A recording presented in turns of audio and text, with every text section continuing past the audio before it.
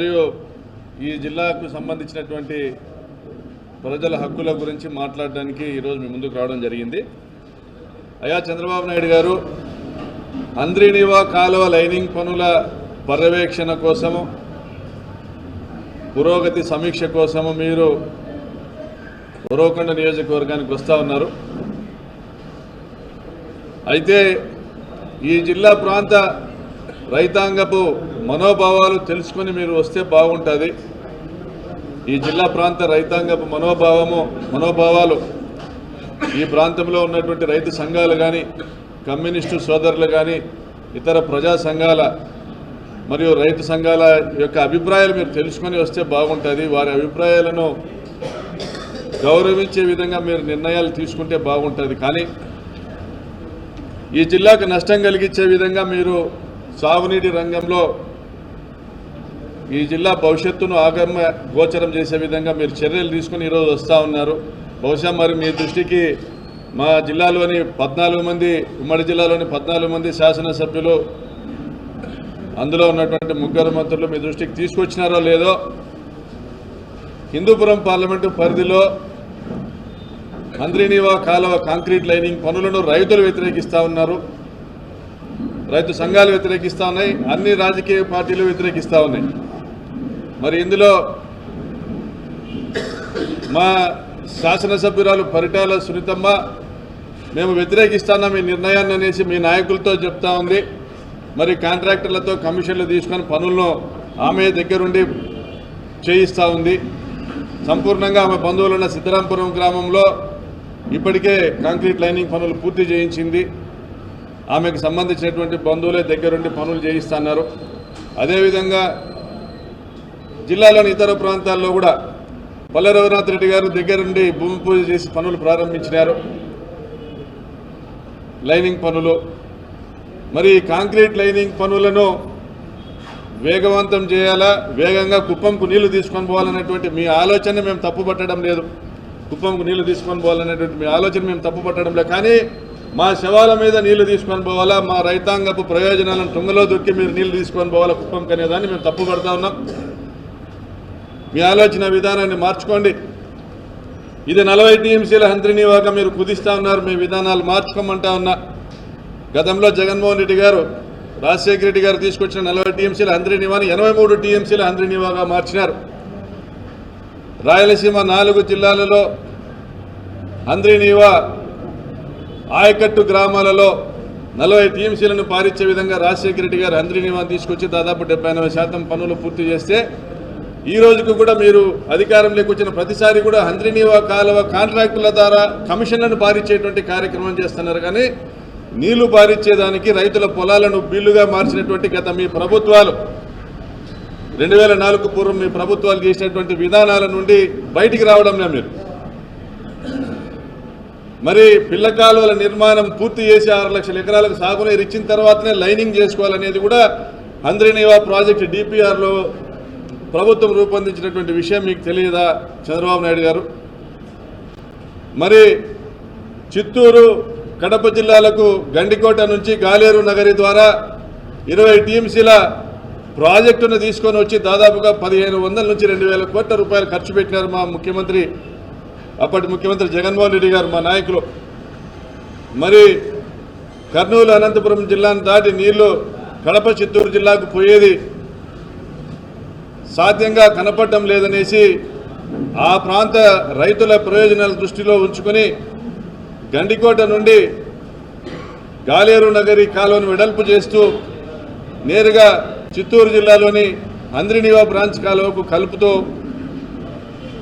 మరి 2000 కోట్ల రూపాయల పనులు పూర్తి చేసినారు.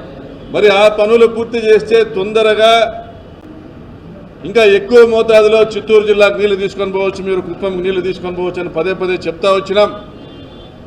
మీరు పెడచెవిన పెడతా ఉన్నారు. కారణాలు ఏమైనా మీరు అన్యాయం చేస్తూ ఉన్నారు. ఈరోజు మాకు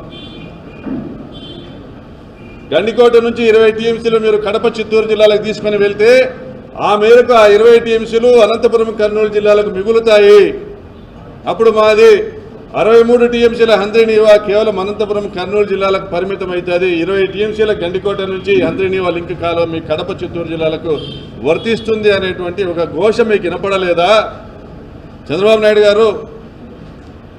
మరి జగన్మోహన్ రెడ్డి గారు హంద్రీనీవా కాలువను వెడల్పు చేస్తూ దాని సామర్థ్యాన్ని 6300 క్యూసెక్కులకు పెంచే విధంగా కాంట్రాక్టు పనులను అప్పచెప్పారు. మరి అవి చేపట్టాల్సిన బాధ్యత మీకు లేదా చంద్రబాబు నాయుడు గారు?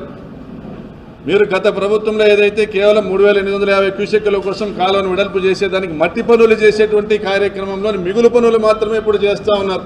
మీరు గొప్పగా ఏంది చేస్తా అనేది లేదు. ఈ జిల్లాకి అమరావతికి 1,00,000 నుంచి 2 లక్షల కోట్లు ఖర్చు పెట్టేదానికి మనసు వచ్చిన మీకు గండికోట నుండి చిత్తూరు జిల్లాకు నీళ్లు తీసుకొని పోయేదానికి 2,000 కోట్ల రూపాయలు ఖర్చు పెట్టే మనసు రాలేదా చంద్రబాబు నాయుడు గారు? మరి రామారావు గారిని శాసనసభకు పంపిన ఈ జిల్లా రామారావు గారిని అత్యున్నతమైన పదవిలో కూర్చోబెట్టిన ఈ జిల్లా ప్రయోజనాలను రైతు ప్రయోజనాలను కాపాడేదానికి ఈ జిల్లాకు 63 టీఎంసీల హంద్రీనీవాక కర్నూలు అనంతపురం జిల్లాలకు కాలువలను వెడల్పు చేసి లైనింగ్ చేసి మొదటి దశను పూర్తి చేసి రెండవ దశకు నీళ్లు ఇవ్వాల్సినటువంటి బాధ్యత మీకు లేదా చంద్రబాబు నాయుడు గారు? మరి స్థానికంగా ఉన్నటువంటి మీ శాసనసభ్యులు కానీ మంత్రులు కానీ మరి ఏం చేస్తూ ఉన్నారు అని ఈరోజు ప్రజలు ప్రశ్నిస్తూ ఉన్నారు.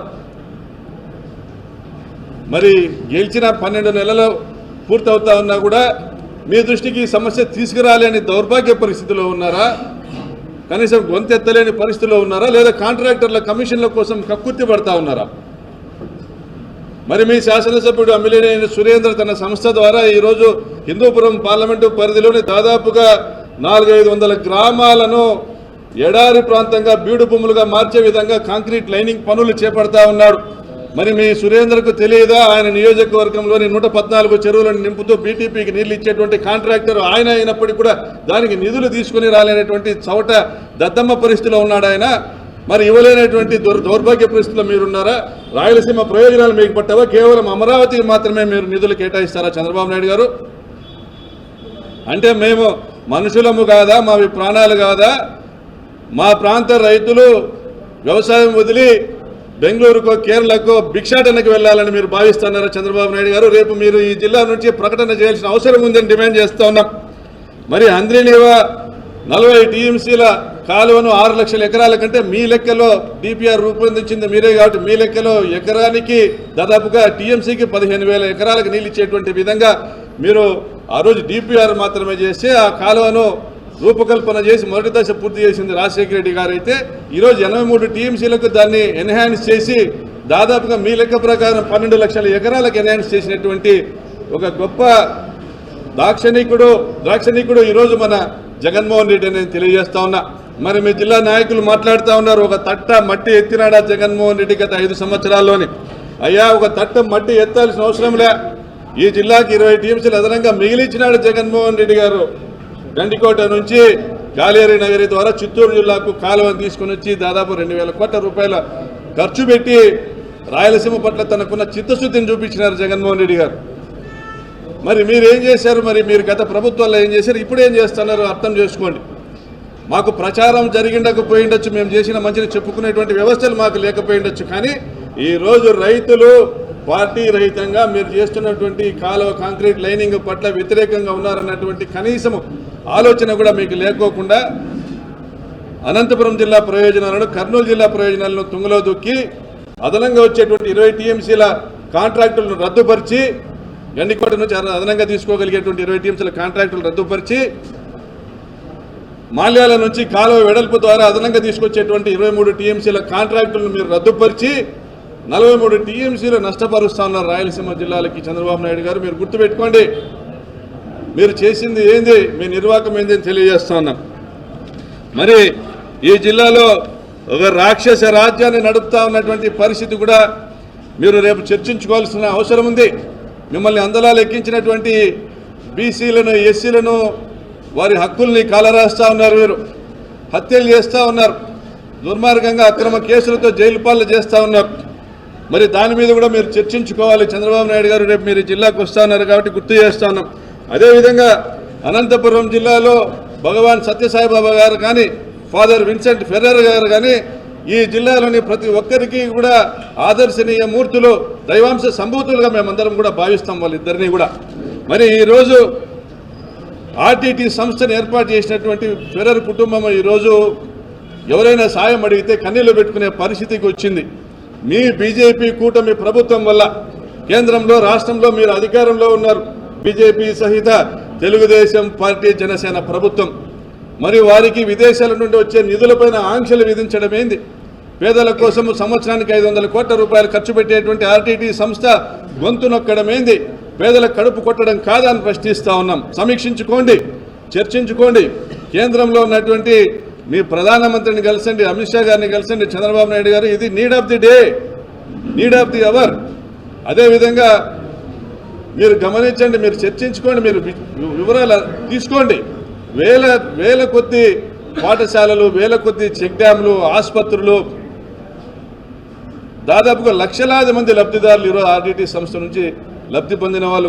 గ్రామాన ఫాదర్ ఫెరర్ విగ్రహాలు, ప్రతి గ్రామంలో ఆర్టీటీ కాలనీలు, వేలాది ఇళ్ల నిర్మాణం, ఇవన్నీ కూడా చేసినటువంటి ఒక సంస్థకి ఇవ్వాల్సినటువంటి గౌరవం ఇదేనా? కులాల పేరుతో, మతాల పేరుతో మానవత్వాన్ని మంటగలిపేటువంటి కార్యక్రమాలు ఇది ఓర్చుకోవాలన్న సభ్య సమాజం అని ప్రశ్నిస్తా ఉన్నా. అదేవిధంగా భగవాన్ సత్యసాయిబాబా గారు చనిపోయినాక లక్షలాదిగా ఉన్న ఆయన భక్తులను, వారందరూ కూడా వారి విశ్వాసాలను కూడా మనం గౌరవించాల్సిన అవసరం ఉంది. ఆ ట్రస్టును గౌరవించాల్సిన అవసరం ఉంది. వారిని ముందుకు తీసుకొని రావాల్సిన అవసరం ఉంది. గతంలో సత్యసాయిబాబా గారు బతుకున్నప్పుడు ఏర్పాటు చేసిన మంచినీళ్లు తాగుతా ఉన్న విశ్వాసంతో మాట్లాడుతూ ఉన్నాం. ఆయన కండలేరు పూండి కాలువకు తన నిధులతో సత్యసాయి గంగ అనేటువంటి ఒక కాలువ నిర్మాణం చేపట్టి మద్రాసుకి నీళ్ళు ఇచ్చినటువంటి గొప్ప మహానుభావుడు, దైవాంశ సంభూతుడు. అదేవిధంగా తెలంగాణ ప్రాంతంలో గజ్వేల్, మెదక్ లాంటి ఇతర ప్రాంతాల్లో కూడా మంచినీటి పథకాలు ఇచ్చినటువంటి దైవాంశ సంభూతుడు. మరి ఆ ట్రస్టును మీరు విస్మరిస్తూ ఉన్నారు. ఆయనకున్నటువంటి గౌరవాన్ని తగ్గించేటువంటి కార్యక్రమాలు మీరు చేస్తూ ఉన్నారు. ఈ మధ్యనే చిక్బలాపూర్ దగ్గర ముద్దేనహల్లి గ్రామం దగ్గర 1000 కోట్ల రూపాయలతో అతిపెద్ద సూపర్ స్పెషాలిటీ ఆసుపత్రి నిర్మించడం జరిగింది సత్యసాయిబాబా ట్రస్టు. మరి ఈ జిల్లా వాసి అయినటువంటి సత్యసాయిబాబా వారి కుటుంబాన్ని, ఆ ట్రస్టును మీరు ఎందుకు సంప్రదించడం లేదు? వారి ట్రస్టును, వారి భక్తులను ఎందుకు ఉపయోగించుకొని ఆ సేవలు ఈ జిల్లాకు తీసుకొని రాలేకపోతా ఉన్నారని నేను ప్రశ్నిస్తా ఉన్నా. స్థానికంగా హిందూపురం పార్లమెంటు నియోజకవర్గ పరిధిలో ఉన్నటువంటి మంత్రులను మరియు పయ్యావుల కేశవ్ గారిని ముఖ్యమంత్రి గారి దృష్టికి తీసుకెళ్లి ఈ రెండు ట్రస్టులు కూడా 2 కళ లాంటివి ఈ జిల్లాలో. ఈ 2 ట్రస్టులకు కూడా ప్రాణం పోయాల్సినటువంటి అవసరం ఉంది. వీరందరి సేవలు ప్రజలకు అందజేయాల్సినటువంటి అవసరం ఉందని తెలియజేస్తూ సెలవు తీసుకుంటాను.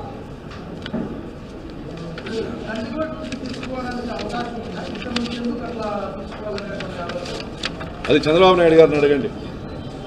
చంద్రబాబు నాయుడు గారు రేపు వస్తారు, ఆయన అడగండి. ఎందుకు చిత్తూరు జిల్లాకు మంచి చేస్తూ అనంతపురము, కర్నూలు జిల్లాలకు నీళ్ళని 20 టీఎంసీలు అదనంగా ఇచ్చే అవకాశం ఉన్నా కూడా ఎందుకు మీరు ఈ పని చేస్తున్నారు? చంద్రబాబు నాయుడు గారిని అడగండి. పత్రికా మిత్రులందరినీ కూడా కోరుతా ఉన్నా, ప్రశ్నించాల్సిన బాధ్యత మీకుంది.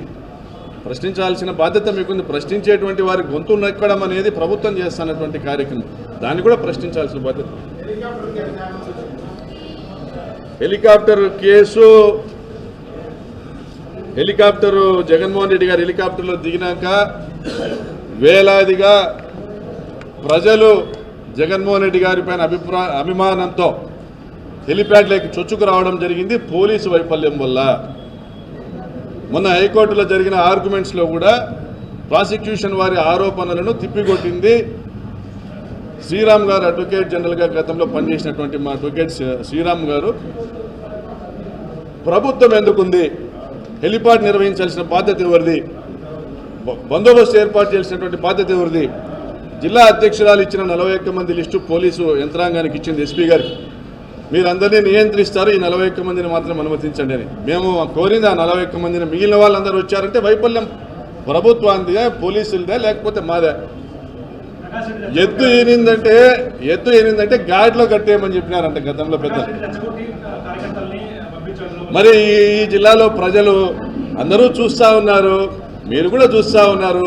విజయ్ కుమార్ డిఎస్పీ గారు మాకు మైక్ ఇచ్చి ప్రజల్ని మేమందరూ నేను రోడ్లో కూర్చుంటాను, మీరు కూడా రోడ్లో కూర్చోండి, అందరూ రాండి, హెలిప్యాడ్ మీదకి పోవద్దండి, హెలిప్యాడ్ మీదకి పోతే ల్యాండింగ్ అవ్వడం కష్టమవుతుందని నేను మాట్లాడిన వీడియోలు ఉన్నాయి, ఫోటోలు ఉన్నాయి. సాక్షి దినపత్రిక మరుసటి రోజే దాన్ని పబ్లిష్ చేసింది, సాక్షి టీవీలో వచ్చినాయి.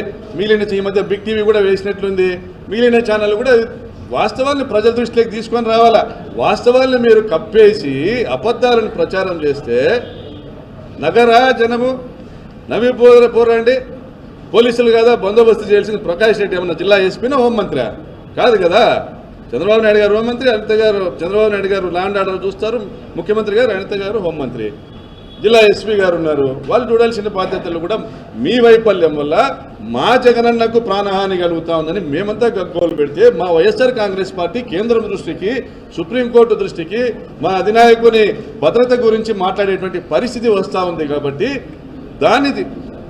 దాన్ని తప్పించడానికి, మా జగనన్నకు భద్రతను ఇవ్వకుండా తప్పించడానికి, ఆయనకు అపాయం కల్పించడానికి ఒక కుట్రపూరితమైన ఉద్దేశంతో లేదు ఇదంతా ప్రకాష్ రెడ్డి చేసినాడని నా మీద డైవర్ట్ చేయడం.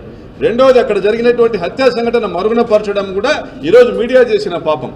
హత్య జరిగి ఈ రోజుకు మీరు గమనిస్తే నెల రోజులు కాలే. మరి హత్యన జనమంతా మర్చిపోయి ప్రకాష్ రెడ్డి ఆ ఊర్లో ఉన్నాడు, బెయిల్ వచ్చిందా లేదా, ఇదండి మన సమాజం చేయాల్సింది.